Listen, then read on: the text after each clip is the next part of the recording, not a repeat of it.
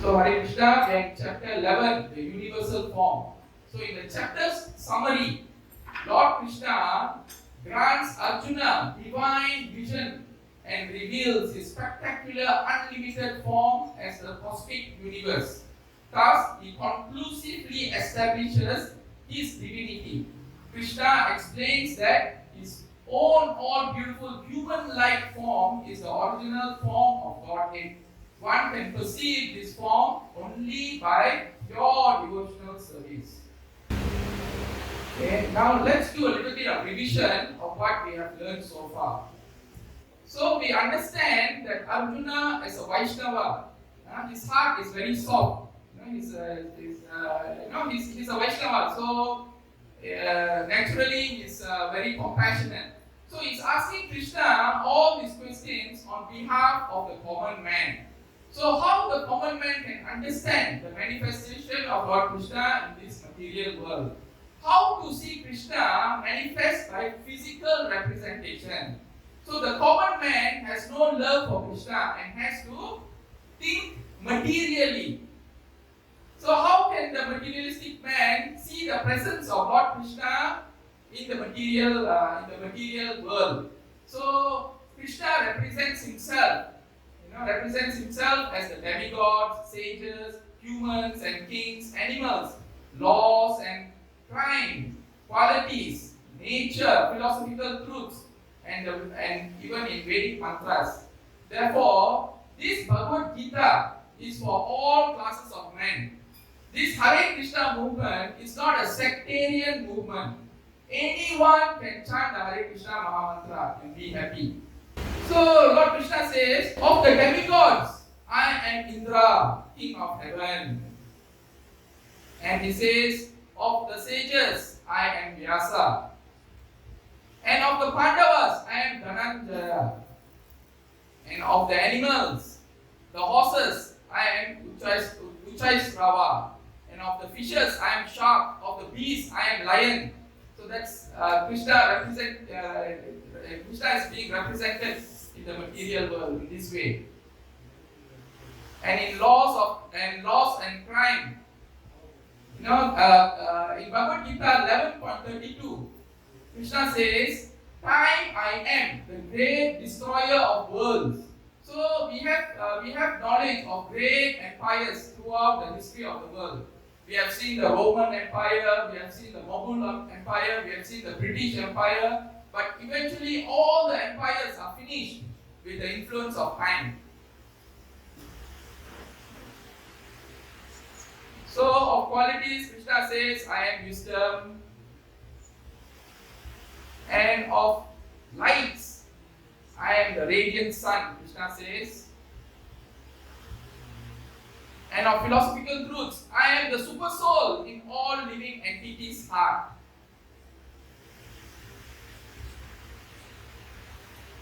And of sound vibration, I am the transcendental Om. This transcendental Om is the impersonal sound of Lord Krishna. So normally the devotees, they rather chant the Hare Krishna Mahamantra because this transcendental Om is impersonal.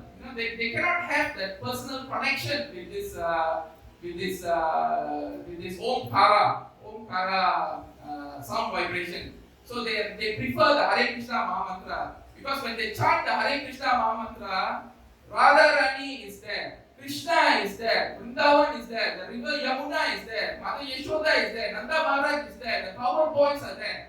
So when the person chants this Hare Krishna Mahamantra, the person is taken back to Krishna's appearance, Krishna's pastimes, and they can relish, they can connect with Krishna as they chant this Hare Krishna Mahamantra. Okay. So now, why does Arjuna want to see the universal form of Lord Krishna? Because in chapter 10.42, Lord Krishna declares, I sustain the whole universe with just a fragment of myself. So Arjuna, he wants visual confirmation of what Krishna has said in Bhagavad Gita chapter 10.42.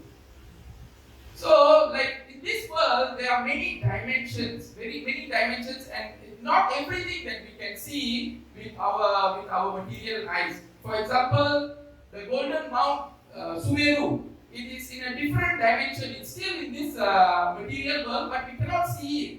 Also, we have experience of the saltwater ocean, but there are many other oceans like sugarcane ocean, wine oceans, milk oceans, yogurt oceans, and others. So we cannot see it. So it doesn't mean that we cannot see, it's not there. So Arjuna is now given divine vision to see the universal form. He is blessed by Krishna himself to have this divine vision. So why does Arjuna desire this visual confirmation? So it is for the benefit of Arjuna, and also because Arjuna represents all of us, all the men and women. Arjuna is representing them. So to understand something better, in chapter 10, Lord Krishna has chapter 10 is the opulence of the absolute. So in chapter 10, Lord Krishna has spoken so many things about how he is represented in this material world. So in chapter 10, he has shown the theoretical, the philosophical part of who he is. And in chapter 11, Lord Krishna is showing the practical example. He's showing that, okay, what I have spoken in chapter 11, he is actually showing it. And this is for the benefit of, for not only for Arjuna, but also for us. So, in Prabhupada's commentary in the Srimad Bhagavatam, Canto 2, chapter 1, text 24, Prabhupada speaks, this Virat Rupa of the Lord was especially manifested not only for the benefit of Arjuna, but for the unintelligent class of men who accept everyone and anyone as an incarnation of the Lord, and so mislead the general mass of people. So here we can see in Kali Yuga, in this age, many people declare themselves, I am the incarnation of God. So Bhagavad Gita is stating that, Bhagavad Gita, although has been spoken 5,000 years ago, Lord Krishna knows that this is going to happen. So he has mentioned in the Bhagavad Gita that there will be this type of unintelligent class of people who will accept anybody as the incarnation of God. So, and there are a lot of fake gurus who come and declare, I am the personality of Godhead. So to prove them wrong, so Lord Krishna in chapter 11, he is showing the universal form. And Prabhupada is saying, you ask that fake guru to show your universal form. If you are an incarnation of God, show me the universal form. So this is a lesson here that we should be aware of. So anybody comes and asks us, okay, tell us I'm the incarnation of God. So we can ask, please show your universal form, because in Bhagavad Gita, Lord Krishna, he is the supreme personality of Godhead, and he showed his Vishwarupa or his universal form. So this universal form is a temporary manifestation. It does not exist in the spiritual world. It is only meant for the material world. So, in the material world, everything is temporary. So is the universal form. It's a temporary manifestation. So when the universe was created, this Vishwarupa was also created, so that the 14th planetary system can exist on this universal form. So Arjuna is thrilled to see this universal form. He's so thrilled to see this universal form.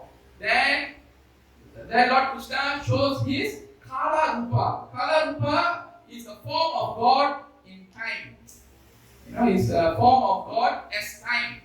So when Lord Krishna shows this Kala Rupa, Arjuna starts to, he's getting scared, because from all the mouths of the universe, unlimited mouths. The universal form has unlimited mouths, and from the mouths, fire is emanating, and all the warriors on the battlefield are entering into Lord Krishna's mouth. So Arjuna is, is bewildered. What is happening? He's getting scared, looking at this Kala Rupa. So much so Arjuna said, Krishna, please, I cannot take this anymore. It's too much to behold. You please come back to your normal self, your two-handed form, that which I know and which I love and which I can connect with. So Arjuna he got bewildered to see this Kala Rupa of Lord Krishna.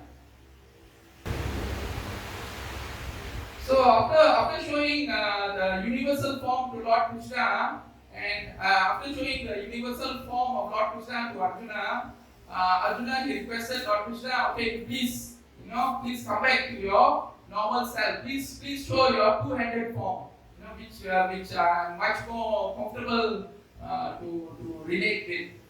So Krishna he revealed his four-handed Vishnu form briefly before returning from his universal form to his two-handed form. So this Vishnu four-handed Vishnu form he displayed to Arjuna first. So like in this material world, let's say in this country, we have a lot of embassies. We have embassies of many nations.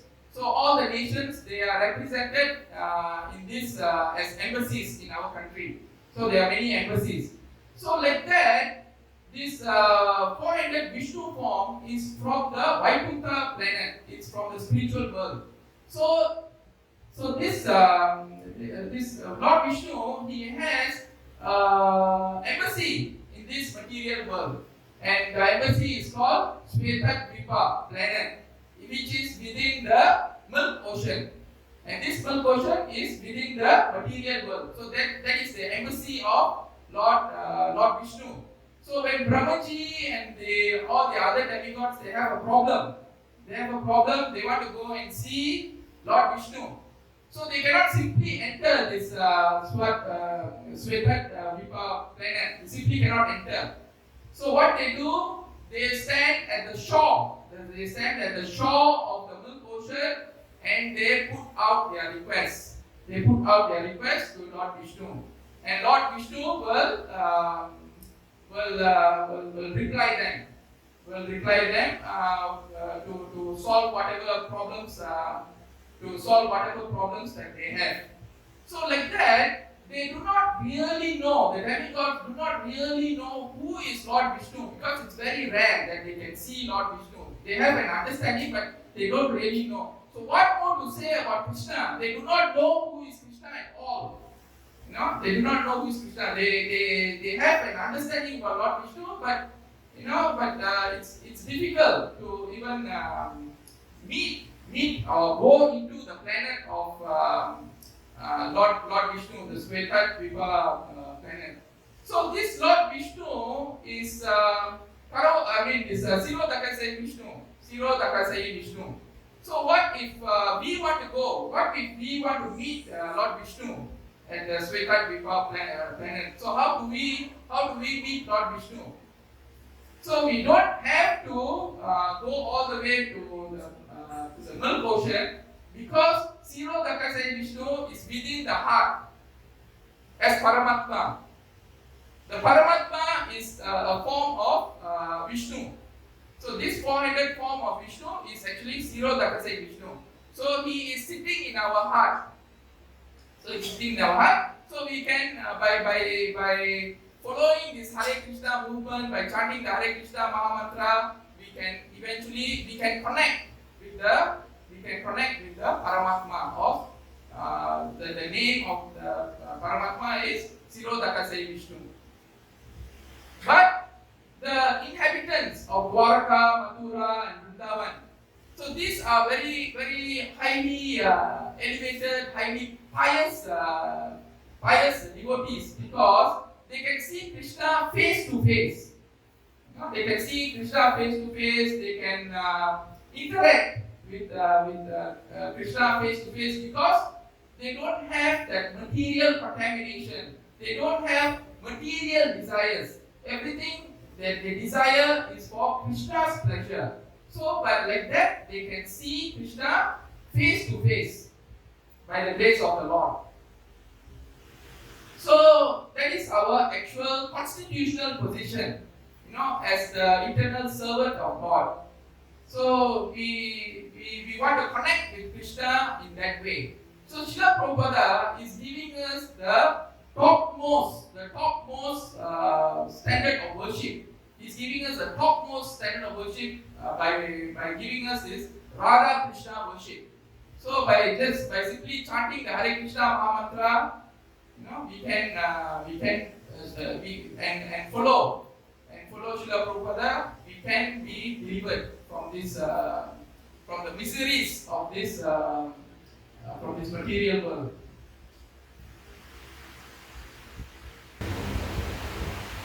So, in the purport, in today's purport, Srila Prabhupada has described the universal form as a godless display of opulences. So it's strange that Srila Prabhupada he refers to the universal form as a godless display of opulence. It is God Himself, Lord Krishna, is displaying His universal form. Lord Krishna Himself is displaying His universal form. Why is Srila Prabhupada saying that that form is a godless display of opulence? So, the meaning behind it is Arjuna and Srila Prabhupada are all pure devotees. They are not attracted by the opulences of Krishna. They are much more attracted by the two-handed form of Krishna. They are much more attracted by the Vrindavan pastimes. So that's why Srila Prabhupada he uses this word, godless display of opulence. Because they connect, Arjuna and Srila Prabhupada, who are pure devotees, they connect with Krishna in a very different way. They connect with Krishna in his two-handed form. So it is mentioned in Vrindavan, in Krishna's childhood pastimes, the Lord is always surrounded by cowherd boys, by cows, by calves, and there is the Yamuna river there, and Vrindavan is full of beautiful gardens, densely covered with trees, and it's always filled with vibration of chirping birds. So it's very blissful there. It's very blissful, and Srila Prabhupada and Arjuna, they are fully engrossed in this type of pastime, especially Srila Prabhupada. He's always meditating on Krishna on this Vrindavan pastime. So he's always meditating on the appearance of Krishna, on his pastimes, and who are these great cowherd boys who get to play with Krishna, who get to see Krishna all the time, and they are on equal terms with Krishna, equal terms. So it is so rare, it is so strange that somebody can be an equal to the Supreme Personality of Godhead. So who are these cowherd boys who has who have appeared in Vrindavan to take part in this type of pastimes with Lord Krishna? So these cowherd boys, they play with Krishna, the Supreme Personality of Godhead, on equal terms. Equal terms. And they play with him as the most intimate and lovable friend. And they just can't wait, when at night they go to sleep, they just can't wait for the next morning to be with Krishna, to be taking all to go to the pastures, to be with Krishna and to do this cow herding. So now let's see how after many births, the cowherd boys became such intimate friends of Lord Krishna.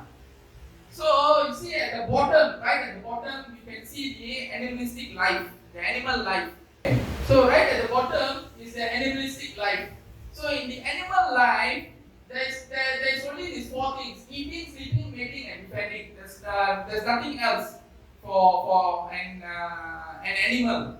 So the animal, because their consciousness is not developed, so they only go by instinct of eating, sleeping, mating, and defending. That is their instinct. They don't have further consciousness.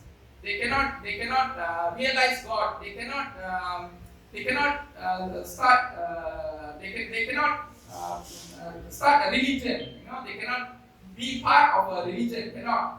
So that they're just following that instinct of eating, sleeping, mating, and defending. So a person in the mode of ignorance, is almost same like the life of an ignorant person is almost same like an animal. So even that person, although has been given the facility, has been given a nice body. Material nature has gifted this person a very nice body for self-realization, but they do not take advantage of it.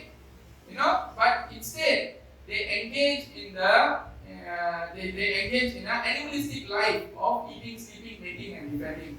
They have got no idea of religion. A lot of importance is given to the needs of the body. So, in the mode of passion, a person identifies himself with his home, land, the land he was born in. He wants a good family. He has a lot of relatives, a lot of friends. He's attached to the community he lives in, and he's very much he likes to be in power.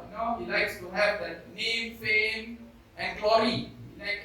They like to have these things. So they do follow some kind of religion, but mainly it is for material sense gratification. They go to the temple and ask God, okay, I've come now, I've given this much of donation to the temple, so it's your duty. It's your duty to give me the benediction that I want.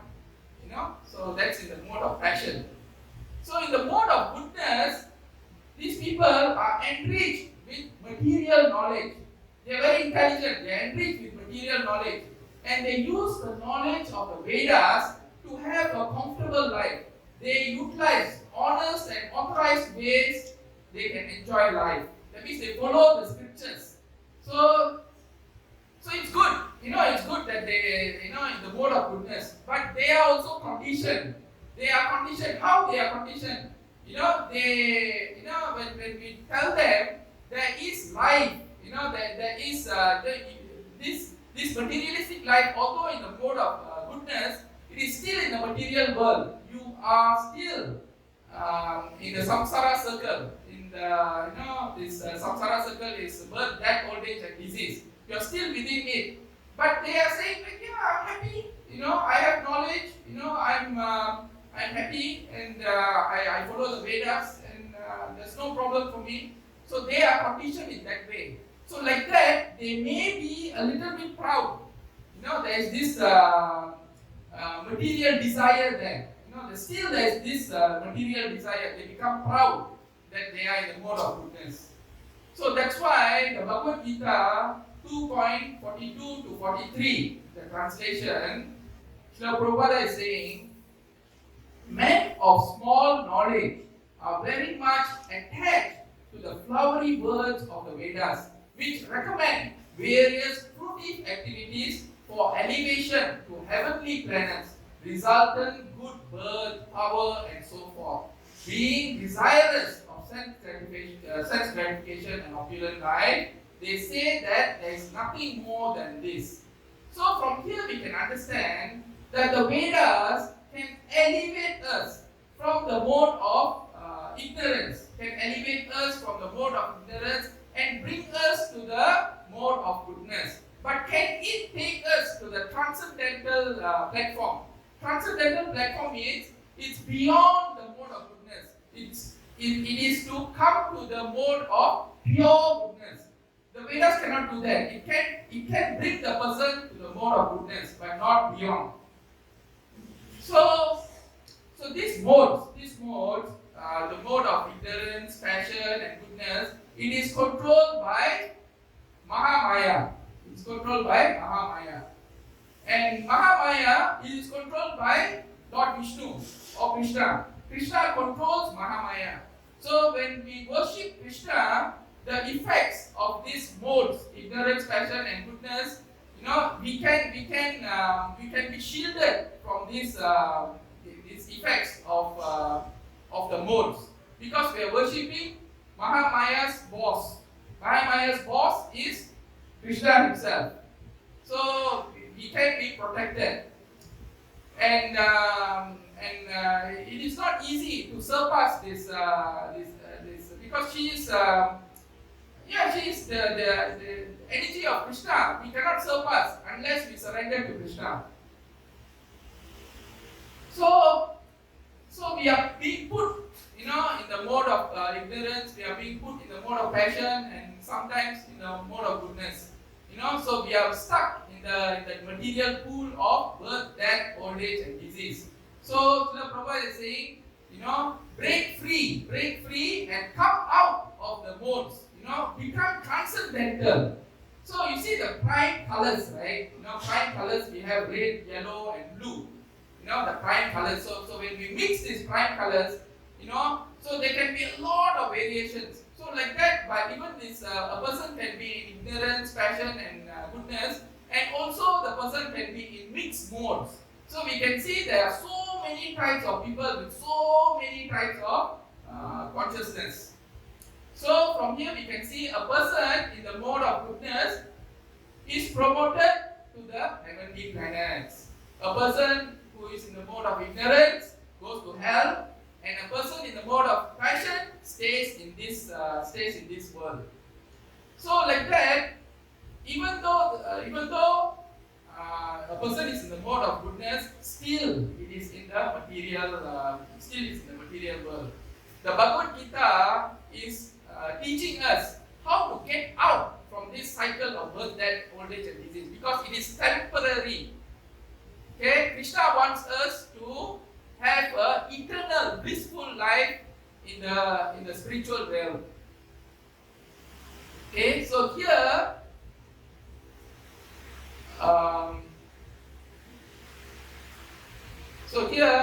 we want to transcend. So in the transcendental level, we see the jnanis. On the left hand side, you can see the jnanis. So these jnanis, they are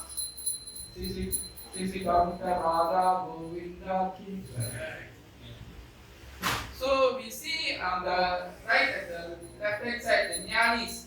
So they are impersonalists. They want to merge into the impersonal Brahman. Impersonal Brahman is the effulgence of Lord Krishna, his bodily effulgence, the bright light. So they aspire to merge into that light. And then on the left hand side, we see the yogis. So the yogis, they want to realize the Paramatma within the heart. Okay, they want to realize Paramatma. And the devotees, of course, they want to see Krishna as he is in his two-handed form, and they want to have this loving exchange with Krishna. So how to understand these three features?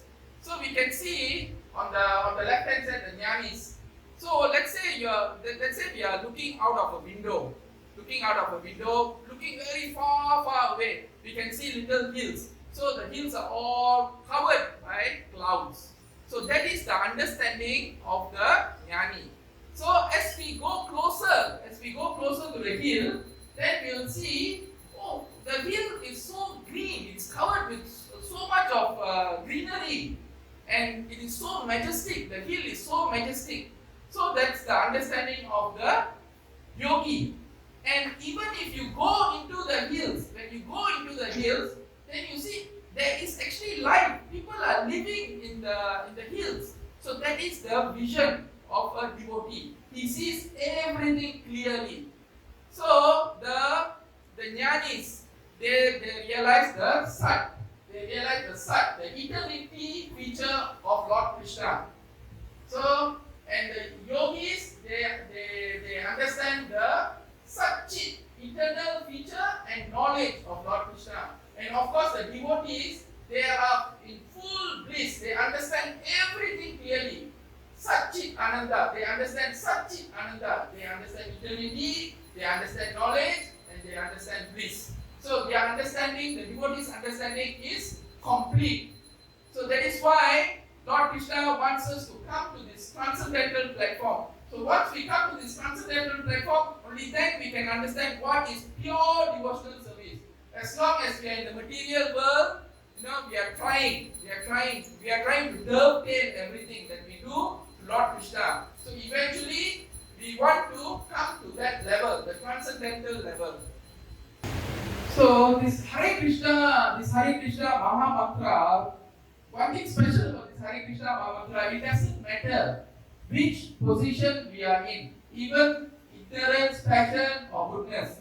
It can even a person in the mode of ignorance, if they take the signs up, they can be elevated to the transcendental platform.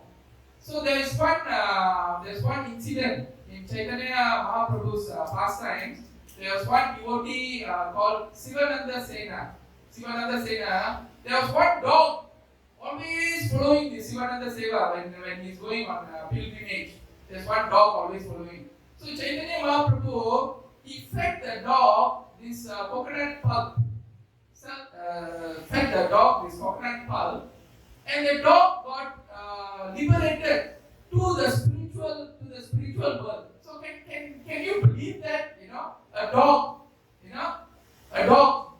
which is even below the mode of ignorance, by the power of this Hare Krishna Maha Mantra. So it doesn't matter if the person is in the mode of ignorance, passion, or goodness. So that's why, and yet people do not want to take the signs up. So that's why, for that reason, Srila Prabhupada, he went to the West and he preached extensively, this Hare Krishna Maha Mantra. And the intelligent people, they take it up. Because they know this is bona fide, this is coming through the chain of disciplic succession, and this can take me to the highest level of bliss, Satchit Ananda. Krishna is saying to Arjuna, change the vision, not the mind. So what does that mean? Change the vision, not the mind. So from this analogy, we can see the chariot of the body. So here we can see 5 horses, 5 wild horses. So let's say these horses represent the senses, the eyes, the ears, nose, tongue, and touch. And the mind is represented by the reins. And intelligence is represented by the driver. And the soul is riding on the chariot. So what's happening now? You see the 5 wild horses.